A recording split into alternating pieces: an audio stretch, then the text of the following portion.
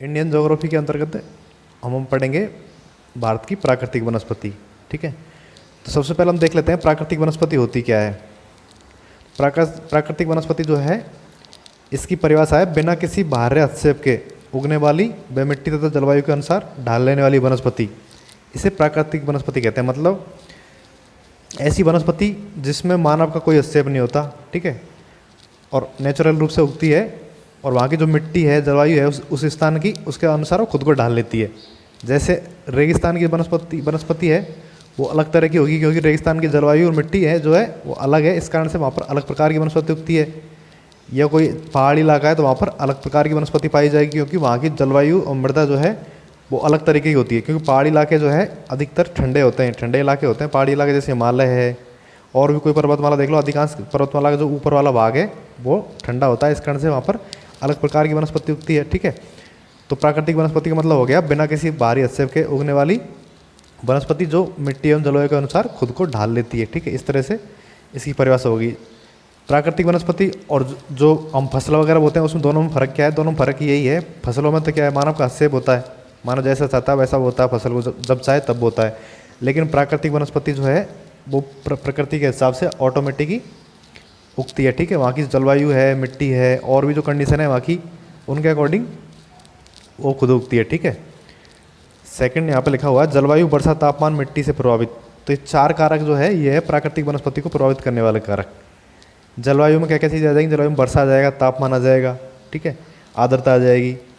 जैसे कुछ फसलों के लिए, कुछ पेड़ों के लिए कितनी वनस्पति चाहिए तो जलवायु चाहिए, तो उसी जलवायु कंडीशन में उगेंगे। ठीक है, उनके लिए पेड़ पौधे जो होते हैं उसके लिए अलग से वर्षा उसके लिए अलग ज़रूरी होती है। जैसे कुछ पेड़ों के लिए वर्षा की मात्रा ज़्यादा चाहिए, जैसे महोगनी है, रोजवुड है, ऐसे पेड़ जो होते हैं उनके लिए बहुत ज़्यादा वर्षा चाहिए, तो वो ऐसी जगह पे उगते हैं जहाँ पर बहुत ज़्यादा बारिश होती है।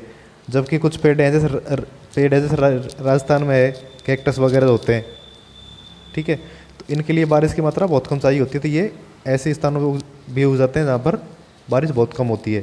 ठीक है, तो वर्षा और जलवायु और तापमान ये ऐसी चीज़ें हैं जो सीधे सीधे प्राकृतिक वनस्पति को प्रभावित करती है। इसके अलावा मिट्टी जो है ये भी प्राकृतिक वनस्पति को प्रभावित करती है। ठीक है, और अब हम देखेंगे भारत में मिलने वाली वनस्पतियों के प्रकार। तो भारत में कितने प्रकार की वनस्पति पाई जाती है? मुख्य रूप से 6 प्रकार की वनस्पति जो है भारत में पाई जाती है, उसके बारे में हम डिटेल से यहाँ पे पढ़ने जा रहे हैं, क्योंकि एग्जाम में क्वेश्चन जो आएगा वो इस तरह से आ सकता है, भारत में प्राकृतिक वनस्पति के प्रकारों का वर्णन कीजिए, इस तरह से आपके एग्जाम में क्वेश्चन आ सकता है। ठीक है, तो ये आपको ध्यान रखना है कि भारत में प्राकृतिक वनस्पति के प्रकार कौन कौन से हैं। तो अब हम एक एक को देखेंगे। भारत में प्राकृतिक वनस्पति के जो प्रकार हैं यहाँ पर लिखे हुए हैं, इनको हम आगे डिटेल से देखने जा रहे हैं। ठीक है, तो पहला है सदाबहार वन या उष्णकटिबंधीय वर्षा वन। तो इन्हें उष्णकटिबंधीय वर्षा वन क्यों बोला जाता है? इस उष्णकटिबंधीय क्षेत्र आप जानते हो 0 डिग्री से 5 से 15 डिग्री वाला जो क्षेत्र है, मतलब भूमध्य रेखा के आसपास वाला, उसे हम उष्णकटिबंधीय क्षेत्र बोलते हैं। ठीक है, तो इस इलाके में जो वन पाए जाते हैं उन्हें उष्णकटिबंधीय वन बोला जाता है। और वर्षा वन तो इसलिए बोलते हैं इनको क्योंकि यहाँ पे वर्षा बहुत अधिक होती है और अधिक वर्षा के कारण ही इस प्रकार के वन यहाँ पाए जाते हैं, तो इसका नाम हो गया उष्णकटिबंधीय वर्षा वन। और सदाबहार वन इनको इसलिए बोलते हैं क्योंकि हमेशा ये हरे भरे रहते हैं, इस कारण से इनको सदाबहार वन बोलते हैं। तो यहाँ पर ग्रीन कलर का आपको जो दिख रहा है मैप में, ये वाला एरिया जो है भारत का, ये है सदाबहार वन वाला एरिया, मतलब इस इलाके में सदाबहार वन पाए जाते हैं, बाकी इलाके में सदाबहार वन नहीं पाए जाते। ठीक है, ये आपको याद रखना है। इसमें दो जगह आपको दिख रही है, तो पश्चिमी घाट का पश्चिमी ढाल दिख रहा है, ये वाला पार्ट, ठीक है, पश्चिम घाट का पश्चिमी ढाल। तो यहाँ पर दोस्तों पश्चिमी घाट है। ठीक है, पश्चिम घाट एक पर्वतमाला है जो भारत का समुद्र तट है, इसके सारे ऊपर से नीचे तक जा रही है, केरल तमिलनाडु तक। ठीक है, और यहाँ ऊपर गुजरात से केरल तमिलनाडु तक नीचे तक जाती है, ये है पश्चिम घाट पर्वतमाला। ठीक है, तो इसका पश्चिम ढाल, मतलब पर्वतमाला के 2 ढाल है, एक तो पश्चिम और एक पूर्व। तो पश्चिम की तरफ इसके जो है यहाँ पर पाए जाते हैं सदाबहार वन। ठीक है, पूर्व में क्यों नहीं पाए जाते? पूर्व में इसलिए नहीं पाए जाते क्योंकि यहाँ बारिश जो होती है पूर्व में वो कम होती है, क्योंकि जो मानसूनी हवा है वो पर्वत से टकरा के वहाँ पर बारिश तो कर देती है पश्चिम की तरफ, तो लेकिन पूर्व की तरफ जाते हुए वो बारिश नहीं कर पाती, क्योंकि वो हवा नीचे उतरती है, नीचे उतरने के कारण वो गर्म हो जाती है और वहाँ पर बारिश नहीं कर पाती। इस कारण से जो पूर्वी ढाल है वहाँ पर बारिश कम होती है, और बारिश कम होने के कारण वहाँ पर पेड़ पौधे कम पाए जाते हैं और वो सदाबहार प्रकार के नहीं होते। ठीक है, तो सिर्फ पश्चिमी ढाल जो है पश्चिमी घाट का, उस पर सदाबहार वृक्ष पाए जाते हैं। ठीक है, सदाबहार प्रकार के पेड़। दूसरा एरिया है उत्तर पूर्वी की पहाड़ियाँ। तो उत्तर पूर्व की पहाड़ियाँ जैसे असम, मेघालय, नागालैंड, मिजोरम वगैरह जो नीचे वाले राज्य है, ये सारे राज्य जो है यहाँ के जो पहाड़ी इलाके हैं वहाँ पर भी क्या होता है, बारिश होती है। आप लोगों ने सुना होगा मानेसराम जो है भारत में सबसे अधिक बारिश होती है, वो चेरापूंजी मानेसराम जो है वो कहाँ, मेघालय में दोनों, ठीक है। तो मेघालय भी यहीं पड़ता है। नागालैंड, असम वगैरह जो राज्य है यहाँ पर बारिश बहुत अधिक होती है। इस कारण से यहाँ पर सदाबहार वनस्पति मिलती है। सदाबहार वनस्पति का सीधा रिलेशन वर्षा से है, क्योंकि ज़्यादा बारिश तो वो पेड़ हमेशा हरे भरे रहते हैं बारिश की अधिक मात्रा के कारण, ठीक है। इनकी विशेषताएं जो है वो हम देख लेते हैं क्या क्या विशेषताएं इनकी। एक अंडमान निकोबार द्वीप समूह जो है यहाँ पर भी इस प्रकार के पेड़ मिलते हैं। ये भी आपको ग्रीन कलर से दिख रहा है, तो यहाँ पर पेड़ मिलने के कारण यही है, यहाँ पर भी बारिश ज़्यादा होती है, ठीक है। ये भी एक द्वीप है, भारत का ही है। तो इसकी विशेषताएं हम देख लेते हैं। तो पहली विशेषता इसकी है सदाबहार वनों की, वो है सघन वन, ठीक है। सघन वन इसलिए मिलते हैं क्योंकि बारिश होती है अधिक मात्रा में, तो पेड़ जो होते हैं पास पास होते हैं, सघन रूप से होते हैं, ठीक है। नेक्स्ट है पत्ते झड़ने, फूल जाने व फल लगने का समय अलग अलग होता है। इसमें जो है तीनों चीज़ों के लिए अलग अलग समय होता है। जैसे एक मौसम में पत्ते झड़ गए, एक मौसम में फूल आते हैं, पर एक मौसम में फल लगते हैं। इस तरह से इसका टाइम फिक्स है, ठीक है। लास्ट विशेषता है इसकी सबसे बड़े वृक्ष। सदाबहार वन जो है इसमें अधिक बारिश और जलवायु अनुकूल होने के कारण यहाँ पर जो है वृक्ष बहुत लंबे लंबे होते हैं सर, ठीक है। उनका आकार बहुत बड़ा बड़ा विशाल होता है। जैसे हम राजस्थान में देखते हैं नीम वगैरह, बबूल वगैरह, ये जो है पेड़ ज़्यादा बड़े होते नहीं है साइज़ में, ठीक है। लेकिन यहाँ के सदाबहार जो पेड़ है वो बहुत विशाल आकार के होते हैं, ठीक है। 100 200 मीटर तक के होते हैं। तो ये आपको ध्यान रखना है, इसकी विशेषता है। इसके बाद यहाँ पर जो वर्षा है वो होती है वर्षा 200 सेंटीमीटर से अधिक, मतलब बहुत ज़्यादा बारिश होने वाले इलाके जो है वहाँ पर ये पेड़ पाए जाते हैं। जैसे आपके अटरू है, तो अटरू में 75 से 100 सेंटीमीटर के आसपास बारिश होती है, तो यहाँ से दुगनी बारिश होती है, ठीक है। 200 सेंटीमीटर से अधिक बारिश होती है इस इलाके में, सदाबहार वन वाला जो इलाका है उस इलाके में, ठीक है। तो यहाँ की आपको भौगोलिक विशेषता है, और ये पेड़ इन जो वन है इनकी क्या विशेषता है ये भी आपको पता होनी चाहिए। और इसमें कौन कौन से पेड़ पाए जाते हैं, ये कोई एक प्रकार के पेड़ पाए नहीं जाते, यहाँ पर वन है इस कारण से यहाँ पर कई प्रकार के पेड़ पाए जाते हैं। तो इसमें है प्रमुख वृक्ष जो है वो है, एक तो पहला रोजवुड, महोगनी, एबनी और आबनूस, ठीक है। ये 5 प्रकार के जो पेड़ है मुख्य रूप से इसमें पाए जाते हैं। इसके अलावा और भी कई सारे पेड़ है, लेकिन ये 5 इसमें मुख्य रूप से 5 पेड़ जो है ये पाए जाते हैं, ठीक है। तो आपको इसका अच्छी तरह से याद करना है इस टॉपिक को। सदाबहार वन जो है वो कहाँ पाए जाते हैं भारत में, इनकी क्या विशेषता है और उसमें कौन कौन से वृक्ष पाए जाते हैं। इस तरह से आपको 3 चीज़ें इसकी पता होनी चाहिए, ठीक है। सदाबहार वन कहाँ पाए जाते हैं, मतलब 3 जगहों पर है इंडिया में, ये मैप में आपको दिखा रखा मैंने। इनकी क्या विशेषता है ये इसमें बीच में लिखी हुई है, ठीक है। और इसमें कौन कौन से वृक्ष हैं वो साइड में लिखे हुए हैं, ठीक है। इस तरह से आपको ये क्लियर हो गया होगा। नेक्स्ट है आर्द्र पर्णपाती वन। तो आर्द्र पर्णपाती वन जो है इसके नाम से आपको पता लग रहा होगा, आर्द्र मतलब बारिश तो यहाँ पर ज़्यादा होती है, आर्द्र इलाके हैं, ठीक है, नमी वाले इलाके। और पर्णपाती मतलब ऐसे पेड़ जो पत्तियाँ गिरा देते हैं। तो यहाँ पर इसकी, ठीक है, तो नाम से आप आइडिया लगा सकते हो किस प्रकार के पेड़ होंगे इसमें। दूसरा यहाँ पर वर्षा जो है 100 सेंटीमीटर से 200 सेंटीमीटर तक होती है, मतलब पहले वाले से कम होती है। सदाबहार वन जो थे उनसे थोड़ी कम बारिश होती है, इस कारण से ये पत्तियाँ गिरा देते हैं एक मौसम में, ठीक है। बारिश थोड़ी कम होती है इस कारण से। ये पेड़ मिलते हैं हमें हिमालय का जो गिरिपथ क्षेत्र है, मतलब नीचे हिमालय पर्वतमाला जो है इसका नीचे वाला क्षेत्र, ठीक है। पर्वतमाला से जैसे हम उतरेंगे नीचे तो वो वाला क्षेत्र जो है वहाँ पर ये पेड़ पाए जाते हैं, ठीक है। क्योंकि हिमालय से टकरा कर मानसूनी हवाएं वहाँ पर बारिश करती है, इस कारण से यहाँ पर वहाँ पर ये पेड़ पाए जाते हैं। अगला है झारखंड, उड़ीसा और छत्तीसगढ़। ये 3 राज्य जो है झारखंड, उड़ीसा, छत्तीसगढ़ तीनों पास पास है, तो यहाँ पर भी बारिश अच्छी होती है, इस कारण से यहाँ पर भी ये पेड़ पाए जाते हैं, ठीक है। इनकी विशेषताएं जो है और हम देख लेते हैं भारत के विस्तृत क्षेत्र पर विस्तृत, मतलब भारत के बहुत बड़े क्षेत्र पर ये पाए जाते हैं। वो आप मैप में देख ही रहो, काफ़ी बड़े एरिया पे। पहले वाले जो वन थे वो छोटे से एरिया में पाए जाते थे, ये बहुत बड़े एरिया में पाए जाते हैं, ठीक है। जो येलो कलर आपको दिख रहा है वो वाला, ठीक है। इसकी दूसरी विशेषता है बसंत ऋतु या ग्रीष्म ऋतु के प्रारंभ में पत्तियों का त्याग। तो आप लोगों ने देखा होगा बसंत ऋतु है उसमें पेड़ जो है पत्तियाँ गिरा देते हैं, मतलब फरवरी मार्च के आसपास जो टाइम होता है उस टाइम पेड़ अपनी पत्तियाँ गिरा देते हैं। मुख्य रूप से इमारती लकड़ियों की प्राप्ति, इसमें ऐसी लकड़ियाँ होती है जो इमारत वगैरह मतलब और ऐसे कामों में यूज़ होती है, ठीक है, इमारती लकड़ी। इसमें कौन कौन से पेड़ पाए जाते हैं वो भी हम देख लेते हैं। प्रमुख वृक्ष इसमें सागौन, साल, महुआ, आंवला और चंदन, ये जो पेड़ है प्रमुख रूप से इसमें पाए जाते हैं, ठीक है। नेक्स्ट है शुष्क पर्णपाती वन। जो हम वनस्पति के प्रकार पढ़ रहे हैं उसमें अगला है शुष्क पर्णपाती वन। तो शुष्क पर्णपाती वन जो है ये पाए जाते हैं, इसमें भी आप नाम से आइडिया लगा सकते हो। शुष्क मतलब ऐसे क्षेत्र जहाँ पे बारिश कम होती है, और पर्णपाती मतलब ऐसे पेड़ जो अपनी पत्तियाँ गिरा देते हैं। तो ये शुष्क क्षेत्रों में पाए जाने वाले ऐसे पेड़ होते हैं जो अपनी पत्तियाँ गिरा देते हैं। तो ये यहाँ पर वर्षा होती है 50 से 100 सेंटीमीटर से अधिक, मतलब 50 के 100 के बीच में। जो अपना एरिया है हाड़ौती वाला, ये भी इसी के अंतर्गत आता है, ठीक है। यहाँ पर भी शुष्क पर्णपाती वन पाए जाते हैं, क्योंकि यहाँ पर जो फरवरी मार्च है उस टाइम पेड़ जो है पत्तियाँ गिरा देते हैं, और वर्षा भी यहाँ पर 100 सेंटीमीटर 50 से 100 के बीच में होती है, ये आपको पता ही है। तो ये इलाका जो है इंडिया के मैप में हम देख लेते हैं कहाँ पर ये बन पाए जाते हैं। जैसे बिहार है, यूपी है, ये आपको दिख रहा होगा। बिहार यूपी वाला जो मैदानी क्षेत्र है, वो राजस्थान का जो पूर्वी भाग है, आड़ौती वाला एरिया है, एमपी का कुछ पार्ट है, ठीक है। प्रायद्वीपीय भारत में से महाराष्ट्र वाला कुछ पार्ट आ गया, नीचे तमिलनाडु वाला पार्ट आ गया। तो ये जो एरिया है ये आपको याद रखना है, यहाँ पर ये बन पाए जाते हैं, ठीक है। आप राज्यों का नाम भी लिख सकते हो या फिर ऐसे लिख सकते हो, प्रायद्वीपीय भारत और बिहार के यूपी के मैदानी भाग, ठीक है। इनकी क्या है विशेषता? इनकी विशेषता ये है, शुष्क ऋतु के प्रारंभ होते ही पत्तियाँ का त्याग कर देते हैं, मतलब मार्च अप्रैल जो उस टाइम का पीरियड होता है उस टाइम ये अपनी पत्तियाँ गिरा देते हैं, ठीक है। इनकी विशेषता ये है।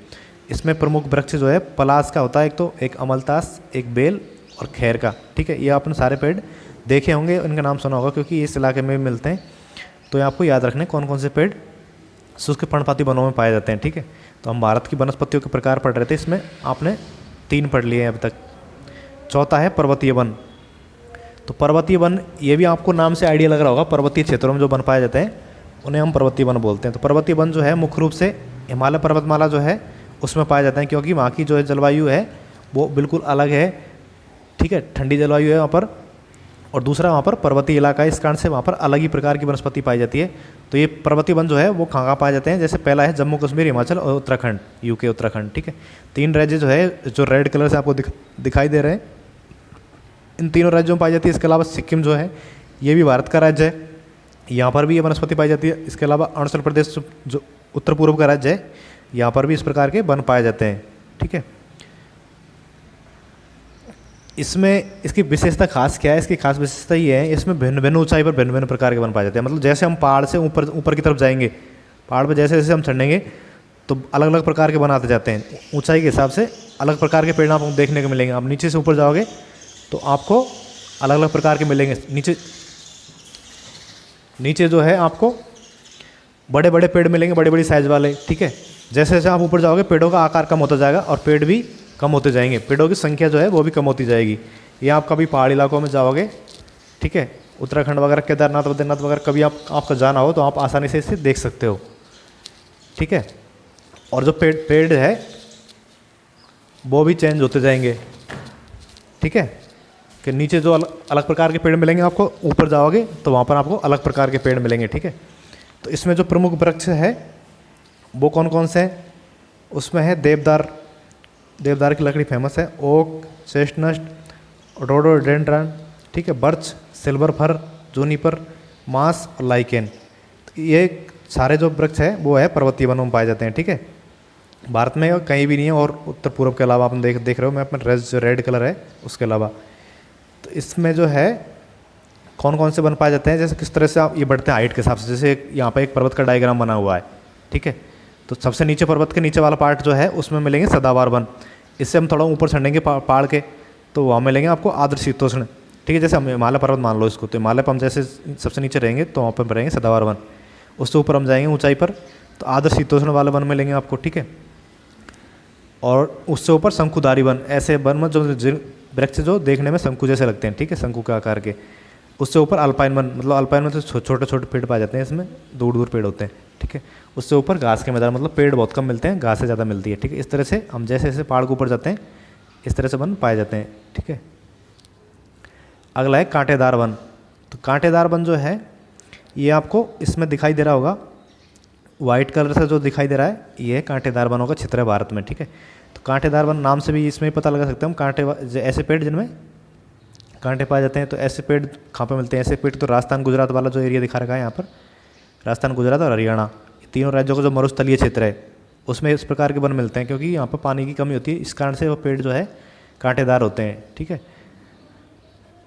और दूसरा क्षेत्र जो है कर्नाटक तेलंगाना आंध्र प्रदेश का जो बीच वाला पार्ट है, ये भी क्षेत्र जो है यहाँ पर भी वर्षा की कमी होती है, क्योंकि बीच वाला पार्ट है, इस कारण से यहाँ पे बारिश थोड़ी कम होती है। और यहाँ पे भी क्या है, इस प्रकार के पेड़ मिलते हैं, ठीक है, कांटेदार वाले। तो ये जो कांटेदार वनस्पति जो है वो कहाँ मिलती है, वर्षा 50 सेंटीमीटर से कम होती है उस इलाके में, ठीक है। तो ये दोनों इलाके हैं, यहाँ पर वर्षा 50 सेंटीमीटर से कम होती है। इसमें प्रमुख वृक्ष जो है वो है, यहाँ आपको दिखाई दे रहे हैं प्रमुख वृक्ष, बबूल, बेर, खजूर और नीम। ये सारे वृक्ष जो है अपना क्षेत्र देखे होंगे, क्योंकि राजस्थान में आसानी से मिल जाते हैं आपको, खासकर पश्चिमी राजस्थान जो है, जोधपुर जैसे वाला उधर वाला इलाका है और गुजरात वाला कुछ पार्ट है, वहाँ पर ये बहुत ज़्यादा मिलते हैं। बबूल, बेर सब कांटेदार है इसमें से, नीम को छोड़ के, ठीक है। खजूर, नीम जो है ये भी आपने देखा होगा। और इनकी जो विशेषता है वनों की ये है लगभग पूरे वर्ष बिना पत्ती के, मतलब इन जो बबूल वगैरह है उनमें पत्तियाँ होती है, लेकिन बहुत छोटी छोटी पत्ती होती है और बहुत कम पत्ती होती है, ठीक है। तो लगभग पूरे वर्ष बिना पत्ती की होती है, ठीक है। और ये जो कैक्टस वगैरह है ये भी इन वनों में पाए जाते हैं, आपने देखे होंगे कैक्टस वगैरह पेड़, कांटेदार झाड़ियाँ मिलती है। तो ऐसी छोटी छोटी झाड़ियाँ जिनमें कांटे होते हैं, बेर वगैरह है, कई सारी झाड़ियाँ होती है। तो नमी को एकत्रित कर रखने के लिए इनकी क्या विशेषता है, ये क्या करते हैं, जो ये नमी है उसको एकत्रित रखने के लिए जो है इनकी पत्तियाँ जो होती है वो छोटी होती है, क्योंकि अगर बड़ी पत्ती होगी तो ज़्यादा बाष्पीकरण होगा पेड़, ठीक है। सूर्य की धूप जो होती है वो ज़्यादा पानी को सोखेगी, इस कारण से इनकी पत्तियाँ जो है छोटी छोटी होती है और कांटे निकले होते हैं, जिससे नमी इनकी बची रहे, पानी की कमी होती है इस कारण से। एक विशेषता इनकी ये है, जड़ें लंबी व पत्ते छोटे होते हैं। तो इनकी जड़ें जो है वो बहुत लंबी होती है, इसका कारण ये है, जड़ों लंबी होने के कारण ऊपर तो पानी होता नहीं है, भूमि में काफ़ी नीचे जाके नीचे से पानी को सोखते हैं, ठीक है। तो इस कारण से इनकी जड़ें काफ़ी लंबी होती है। तो ये हो गया आपका कांटेदार वन। इसके बाद जो है अगला है मैंग्रोव वन। तो मैंग्रोव वन जो है ये भी एक वनों का प्रकार है भारत में वनस्पति का। तो ये वन जो है ये मिलते हैं तटों के किनारे या नदी डेल्टाओं पर प्राप्ति, इन वनों की प्राप्ति होती है तटों के किनारे, मतलब समुद्र का जो तट है वहाँ पर या फिर नदी डेल्टाओं पर, ठीक है।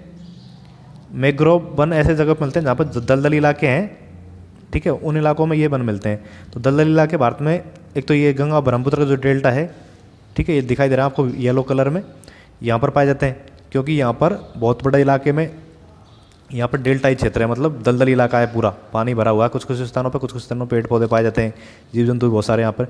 तो गंगा का जो डेल्टा वाला क्षेत्र है यहाँ पर ये वन पाए जाते हैं, क्योंकि यहाँ की मिट्टी जलोढ़ है, क्योंकि जो नदी आती है बहकर वो अपने साथ मिट्टी लेके आती है, वो बहुत जलोढ़ होती है। तो इस कारण से इस स्थान पर मैंग्रोव वन पाए जाते हैं। मैंग्रोव वन मतलब इनकी जड़ें जो है वो आपस में सारे पेड़ों की जुड़ी हुई होती है, क्योंकि ये दलदल इलाका है, तो उसमें रुकने के लिए पानी के साथ बह जाए अगर जड़ें उनकी मजबूत नहीं हो तो, ठीक है। तो जड़ें जो है सारे पेड़ों की आपस में जुड़ी हुई होती है, ठीक है। तो इस कारण से ये रुके रहे, पानी में बहे नहीं, ठीक है।